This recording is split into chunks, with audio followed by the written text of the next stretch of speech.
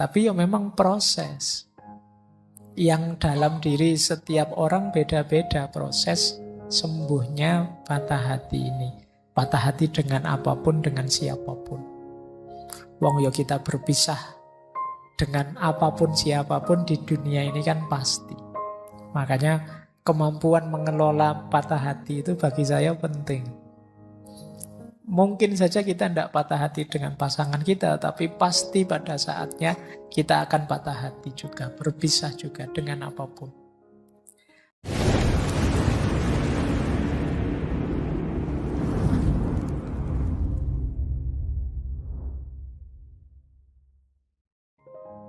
Assalamualaikum warahmatullahi wabarakatuh. Bismillahirrahmanirrahim. Kalimatnya menarik.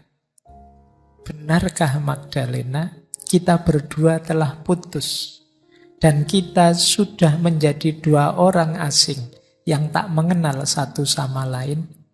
Salah satu dari kita tidak lagi ingat kepada temannya yang lain, kecuali seperti mengingat impian di masa kecil yang bekasnya telah terhapus oleh berlalunya hari dan lewatnya tahun. Benarkah jika kita bertemu di satu jalan, masing-masing akan meneruskan perjalanannya tanpa menyapa temannya? Benarkah jika kita berada dalam satu pertemuan, hubungan antara kita berdua tak lebih dari hubungan biasa antara laki-laki dan perempuan yang lain?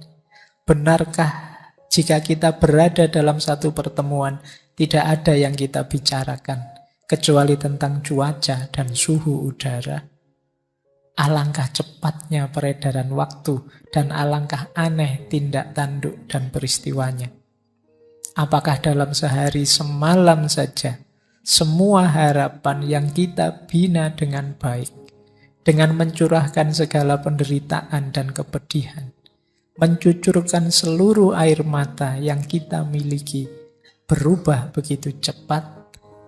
Semua itu akan menjadi kisah usang yang telah dibungkus dengan cerita baru. Beginikah rasanya hari kiamat? Beginikah rupanya dunia yang menjadi hancur lebur? Beginikah tampak bintang gemintang yang berjatuhan di angkasa? Langit terkatup seperti tertutupnya sebuah buku. Ini rintihan-rintihan orang yang sedang patah hati. Ini dulu pernah juga saya ambil waktu kita membahas sayap-sayap patah.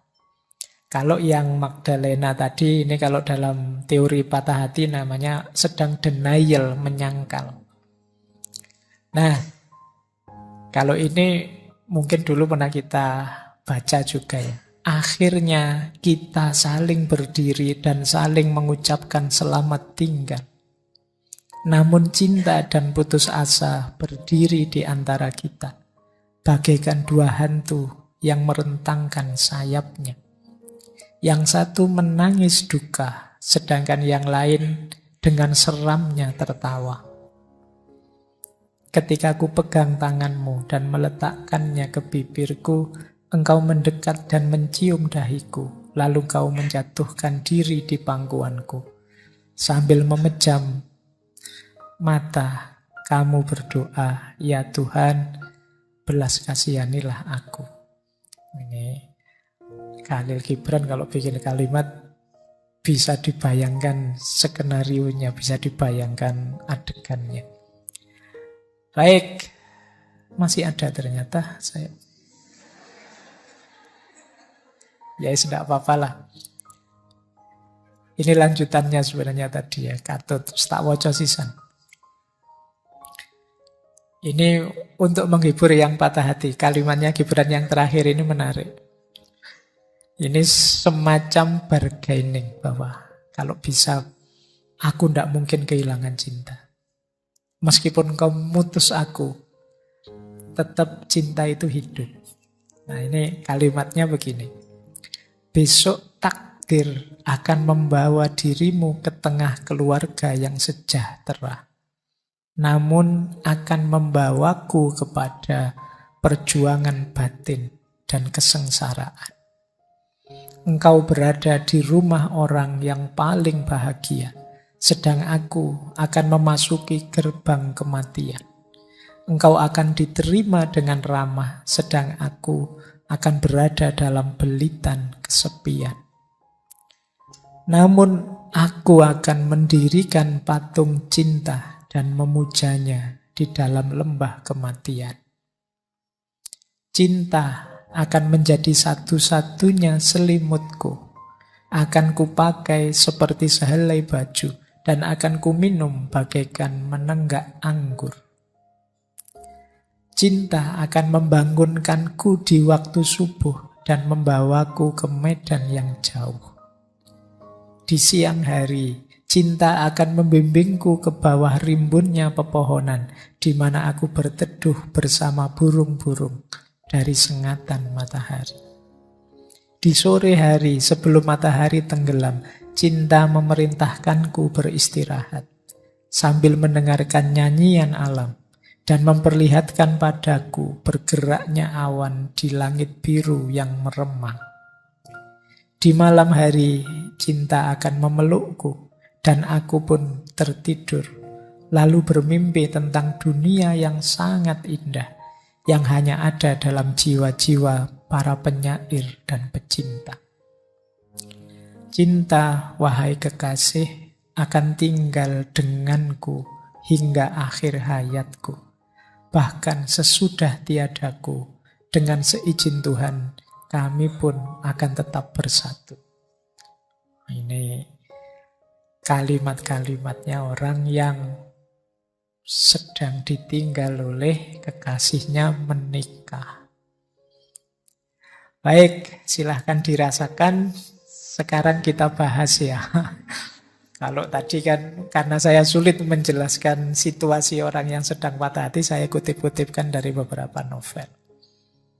Ya, biasanya memang orang sedang jatuh cinta atau orang sedang patah hati itu mendadak bisa pinter bikin puisi. Ya, boleh kamu cek. Kalian yang sedang naksir siapa atau jatuh cinta sama siapa itu tiba-tiba pinter bikin puisi. Ini menarik teorinya. Seperti saya jelaskan dulu ya, bahwa di awal-awal tulisannya Jami', ketika ada seorang anak muda yang pingin belajar tasawuf, sama mursyidnya disuruh pulang dulu, disuruh jatuh cinta dulu. Kenapa? Karena orang yang pernah jatuh cinta itu hatinya lembut. Apalagi orang yang pernah patah hati itu, dia ngerti lekak-lekuknya hati. Sementara dunia tasawuf itu kan dunia penguasaan hati. Kalau hati tidak lembut ya sulit kita bisa dekat dengan Allah. Makanya dia disuruh jatuh cinta dulu. Nah, kalian juga begitu. Nanti sesi ini tidak ada artinya kalau kalian tidak pernah jatuh cinta. Jadi, bagi yang pernah jatuh cinta bisa memahami.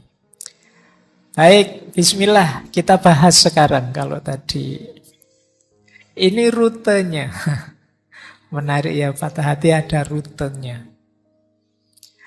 Orang yang kecewa, orang yang patah hati, orang yang sedih, itu ada prosesnya.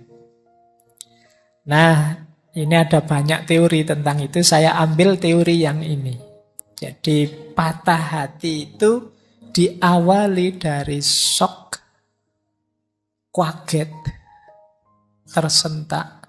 Kemudian dilanjutkan denial, menyangkal. Biasanya kemudian marah.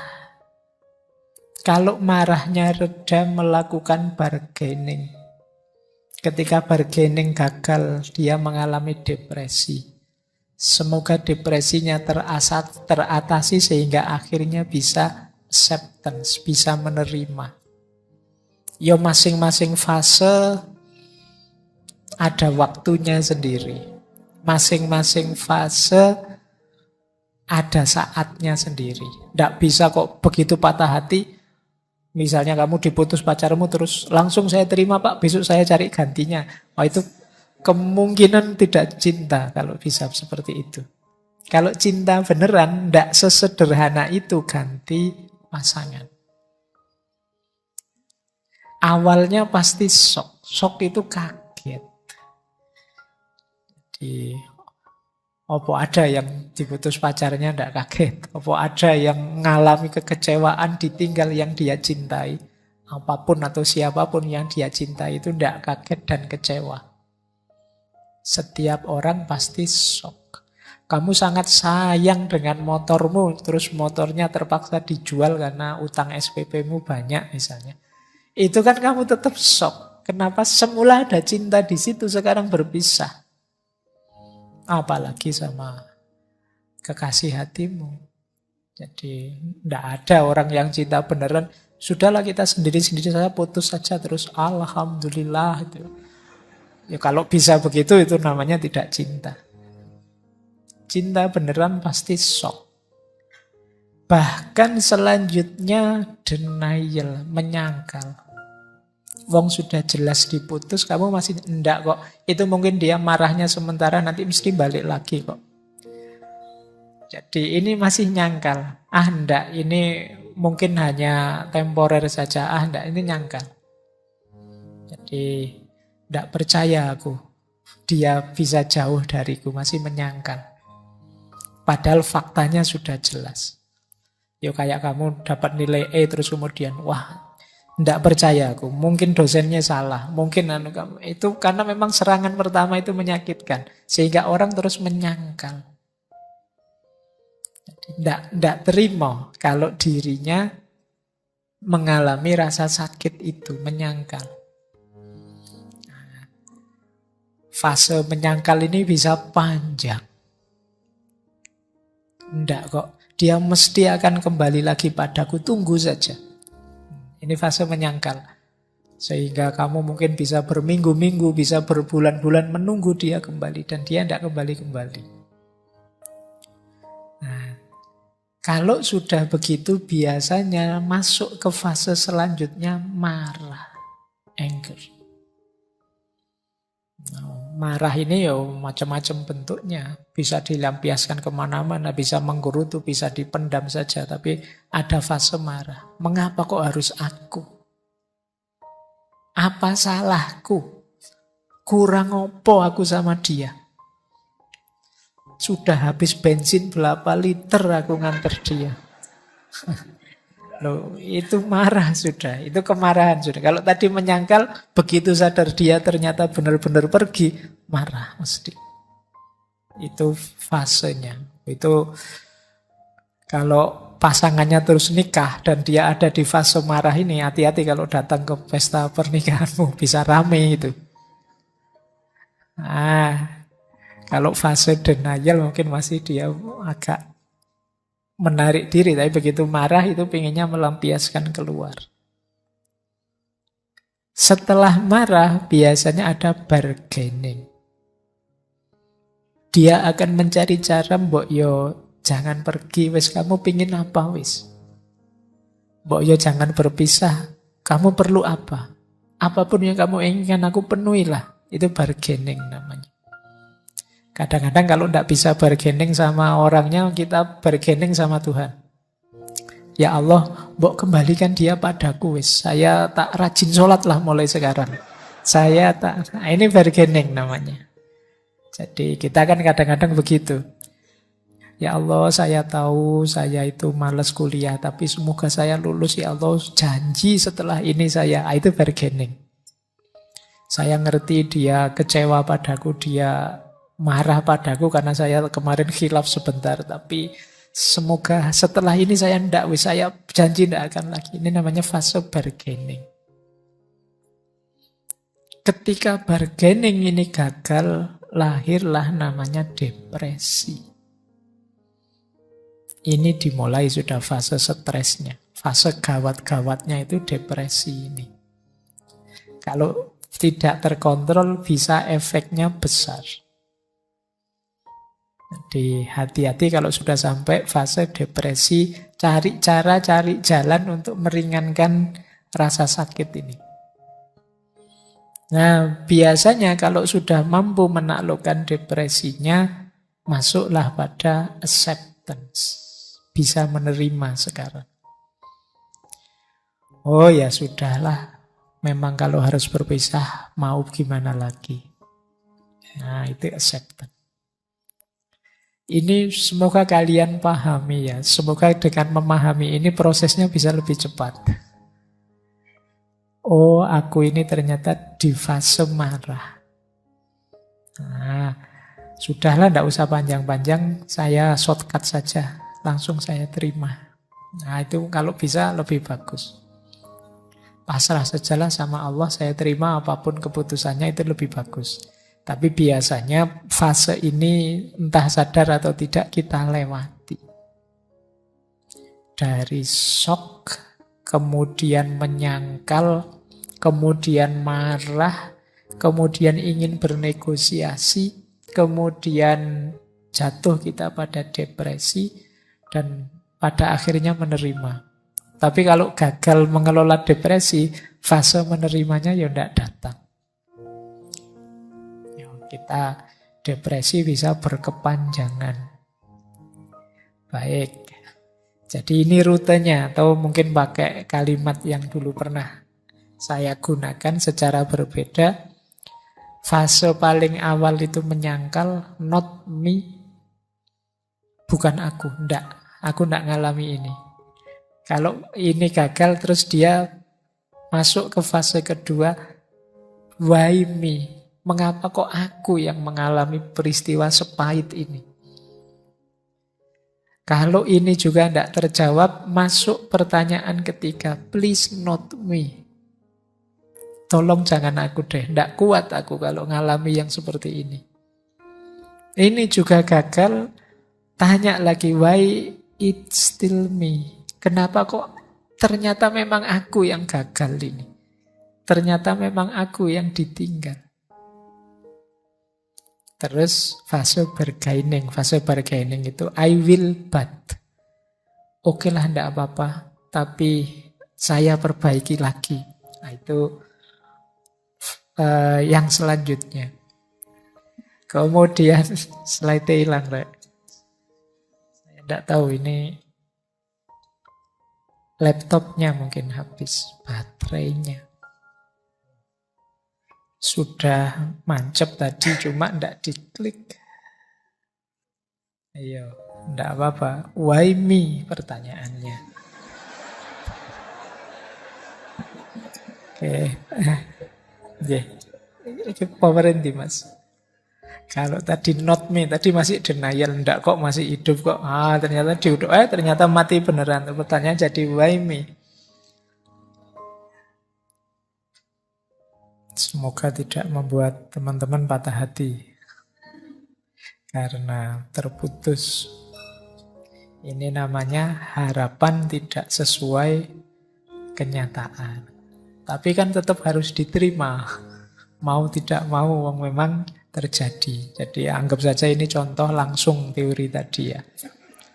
Kamu tidak perlu bingung-bingung memahaminya.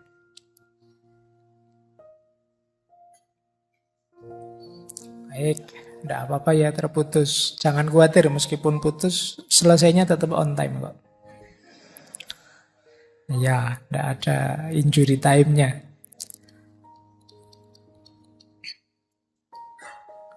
Oke, tadi sampai sini ya. Jadi ini sebenarnya sama dengan yang sebelumnya tadi. Shock, denial, anger, bargaining, depression, acceptance. Cuma dengan kata yang berbeda. Awalnya orang menyangkal, mesti bukan aku. Kok ternyata aku? Why me? Kenapa kok aku? Kemudian menegaskan lagi, mbok yo jangan aku. Terus kenapa sih kok masih aku? Why it's still me? Oke lah, mbok begini saja, itu bargaining. Tapi pada akhirnya ya diterima. It's okay, tidak masalah. Berarti sudah acceptance. Tapi ini prosesnya sampai it's okay ini panjang. Saya pernah baca buku itu paling cepat 6 bulan. Paling cepat loh ya berarti. Itu berarti bisa panjang. Ada ndak yang patah hati sampai hari ini terbayang-bayang terus?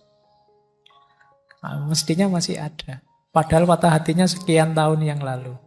Nah, kita menyebutnya ndak bisa move on. Tapi ya memang proses. Yang dalam diri setiap orang beda-beda proses sembuhnya patah hati ini. Patah hati dengan apapun, dengan siapapun. Wong yo kita berpisah dengan apapun siapapun di dunia ini kan pasti. Makanya kemampuan mengelola patah hati itu bagi saya penting. Mungkin saja kita tidak patah hati dengan pasangan kita, tapi pasti pada saatnya kita akan patah hati juga, berpisah juga dengan apapun. Baik, kita lanjutkan ya. Jadi ini rutenya. Sekarang kita cek efeknya. Nah, hati-hati loh ya, patah hati juga berhubungan dengan kesehatanmu. Yang pertama apa? Gangguan kecemasan kronis. Jadi tubuh kita ini punya mekanisme fight or flight. Kalau merasa ada bahaya. Kayak kita waktu ketemu harimau misalnya di depan kita, itu kan alternatif juga fight or flight. Nah, cirinya apa tubuh kita bereaksi fight or flight itu biasanya ya kita gemetar, jantung berdebar-debar, kepala pusing, mual, cemas, takut ini, takut itu. Ini kecemasan kronis. Tidak ada apa-apa kita gemeteran sendiri, takut sendiri, jantung berdebar, kepala pusing. Ini fight or flight. Mungkin pernah saya jelaskan dulu orang yang kena gejala psikosomatis itu kan karena pikirannya tidak tenang, pikirannya cemas, ya fisiknya kena.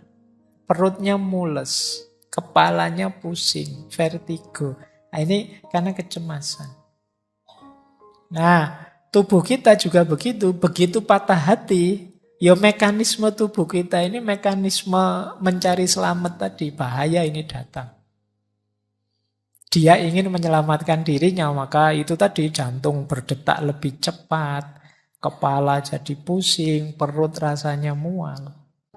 Nah ini namanya gangguan kecemasan. Ya kalau cuma ketemu harimau sebentar, wong patah hati ini lama. Kita terus-terusan begitu, ya mesti fisik kita kena. Jadi gangguan kecemasan itu ya tidak sederhana. Orang yang ngalami mesti merasakan pusingnya. Saya ada teman gangguan kecemasan itu karena sempat melihat temannya meninggal gara-gara kena stroke. Itu dia was-was terus. Kepalanya pusing sedikit, waduh jangan-jangan gejala stroke ini. Terus dia jantungnya berdebar-debar, berkeringat dingin, rasanya seolah-olah ini gangguan kecemasan. Nah yang patah hati juga mudah terkena ini. Karena patah hati itu tubuhmu merespon ada bahaya datang. Makanya orang sangat marah, orang sangat sedih itu kan jantungnya berdebar-debar, keringatnya keluar, keringat dinginnya keluar, mungkin asam lambungnya naik sehingga dia pusing dan lain sebagainya. Ayo dihati-hati. Ya kalau kamu masih muda, masih sehat, tapi nanti di usia tertentu mengalami gejala ini harus agak hati-hati. Nah, itu yang pertama. Apalagi karena situasi itu nanti sistem imun kita bisa turun. Kalau tadi dopamin dan lain-lain yang keluar, waktu kita sedih, stres, itu ada hormon namanya kortisol yang keluar. Kortisol ini orang menyebutnya hormon stres. Dia menurunkan kekebalan tubuh, menaikkan gula darah. Kalsium dalam tulang juga turun, tekanan darah naik. Kamu jadi kurus, jadi males makan. Makanya jangan heran kalau orang patah hati itu males makan. Kok patah hati malah makannya enak sekali, lahap sekali. Kamu itu beneran patah hati apa gimana? Biasanya memang males makan karena stres. Dan ini tentu saja daya tahan tubuhmu turun. Jangan lupa ada juga namanya broken heart syndrome. Ini bisa menyebabkan kematian. Patah hati bisa mati, bisa. Di dunia kedokteran ada itu tadi istilahnya broken heart syndrome atau Takotsubo kardiomiopati. Ini jantungnya yang kena. Jadi ketika ada tekanan kuat karena stres, ya jantungnya yang kena. Nah kalau sejak semula tidak terlalu fit, ya bisa saja membawa kematian. Makanya rasanya tadi kok simpel, sederhana, cuma diputus pacar, ya situasinya bisa beragam. Bahkan bisa berujung kematian. Ada banyak cerita-cerita itu kan orang yang patah hati sampai kemudian mati. Kayak Majnun kalau diceritanya itu diceritain bahwa Laila sudah meninggal duluan, tiba-tiba dia terus meninggal. Kan banyak cerita-cerita itu tiba-tiba meninggal para pecinta ini. Nah, itu mungkin karena ini tadi broken heart syndrome. Jadi ini efek di tubuh kita. Makanya saya bilang tadi, yuk kita dampingi teman-teman kita, saudara-saudara kita yang mengalami ini. Jangan diketawain lah. Jangan diremehkan, disepelekan. Oke, nah sekarang kita belajar meresponnya. Biar mental kita tetap sehat. Respon ini saya bagi dua, karena penting ada respon pada serangan pertama, awal, dan lanjutannya. Kalau lanjutan ini mulai tertib, tapi bagian awal lebih penting.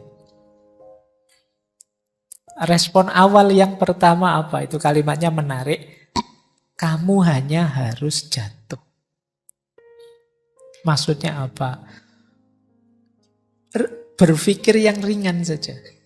Kamu hanya harus jatuh itu. Waduh, pacarku meninggalkanku. Alah yo ditinggal pacar toh, ya enggak apa-apalah. Yo nikmati sajalah sakitnya, jatuh sebentar, yo nanti bangkit lagi. Kamu hanya harus jatuh saja. Syukur-syukur bisa ngatur posisi jatuh yang enak. Jadi alah wong jatuh saja kok. Atau sadarkan bahwa ya memang bidang ini kamu gagal, bidang yang lain banyak kok. Wong cuma itu aja. Itu kalau bahasa Gus Dur gitu aja kok repot. Nah, itu kamu hanya harus jatuh kan? Ya sudah, nikmati saja sebentar, nanti terus ayo jalan lagi. Nah, kamu sedih kan? Ya nikmati sedihmu, terus ayo bangkit lagi. Jadi kamu kan hanya harus jatuh. Nah, ya ini kalau diucapkan enak, cuma dijalani ya pening. Tapi ya memang rumus sederhananya itu. Biasanya yang nambah runyam persoalan itu kita mendramatisir. Sebenarnya bisa kok kamu hadapi, kamunya saja yang suka mendramatisir. Pak, pasangan saya itu segalanya bagi saya, Pak. Kalau tidak ada dia, dunia rasanya gelap, langit rasanya runtuh. Pasangan saya itu, kamu mendramatisir. Jadi iyo, tapi kan sekarang kamu ditinggal. Ini kan sederhananya kan itu. Faktanya kan itu. Jadi yo hadapi itu. Jadi fakta konkretnya kan ini. Makanya hadapi, jangan menghindar. Nanti tambah lama sembuhmu kalau kamu menyangkal terus. Wong kamu cuma harus jatuh kan, ya sudah jatuh saja terus bangkit lagi.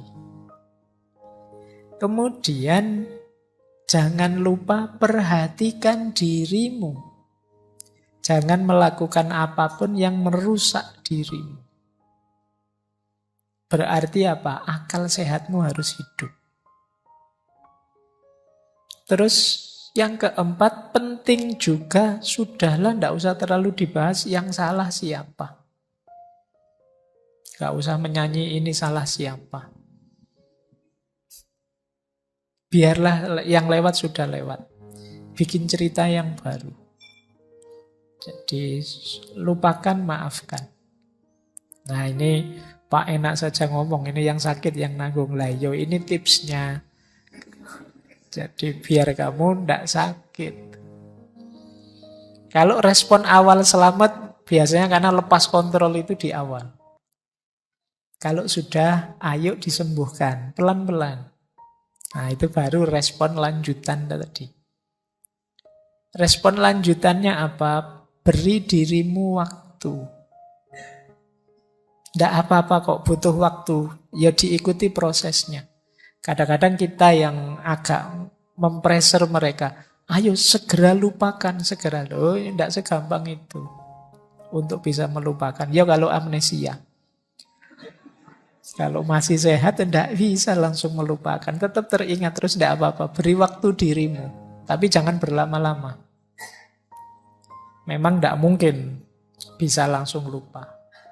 Lewati penyangkalan tadi ya berarti sudahlah tidak usah menyangkal lagi, diterima saja. Dan berhenti bertanya mengapa itu terjadi. Terus maafkanlah. Nah, selanjutnya apa? Teringat tidak apa-apa tapi jangan diingat-ingat. Beda ya, teringat dengan diingat-ingat itu. Diingat-ingat itu berarti sengaja mengingat. Ya kamu tambah sakit nanti. Tapi teringat pasti iya, wong namanya pernah punya banyak kenangan indah, ya mesti saja teringat. Biasa saja, tidak apa-apa. Dia datang silahkan, mau pergi lagi silahkan, di pikiran loh. Pak kok saya teringat dia, ya tidak apa-apa, diikuti saja. Nah, nanti pada saatnya ya lupa lagi, nanti kapan datang ingat lagi, lupa lagi, biar saja. Tapi jangan secara sengaja diingat-ingat.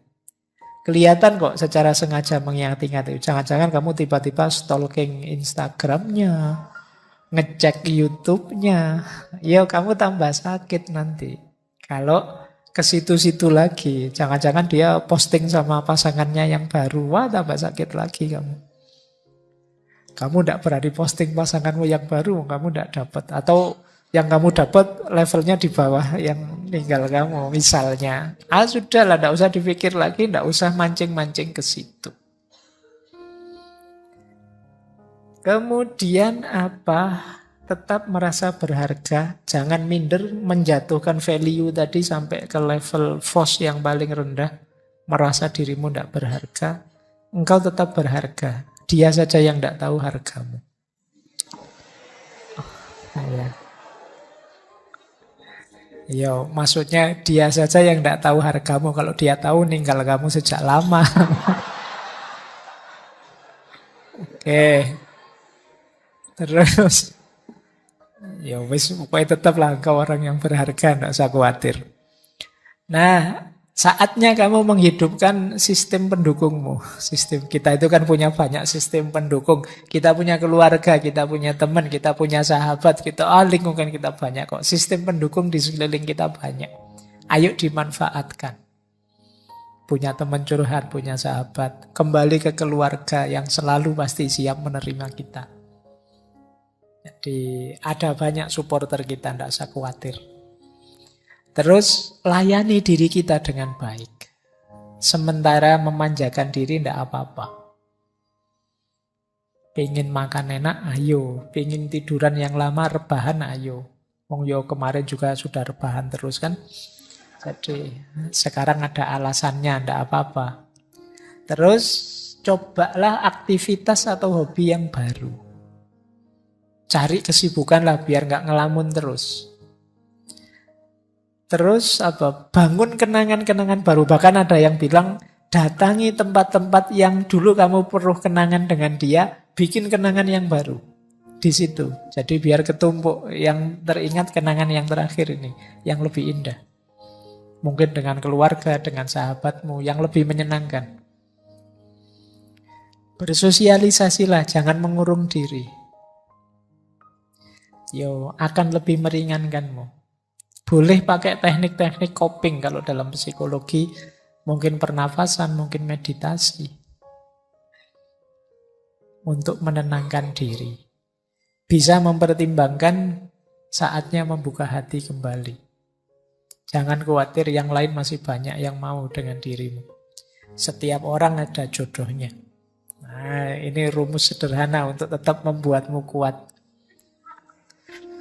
Tidak usah khawatir. Kan alasan yang paling enak untuk menenangkan diri ya kan, oh memang mungkin bukan jodohku.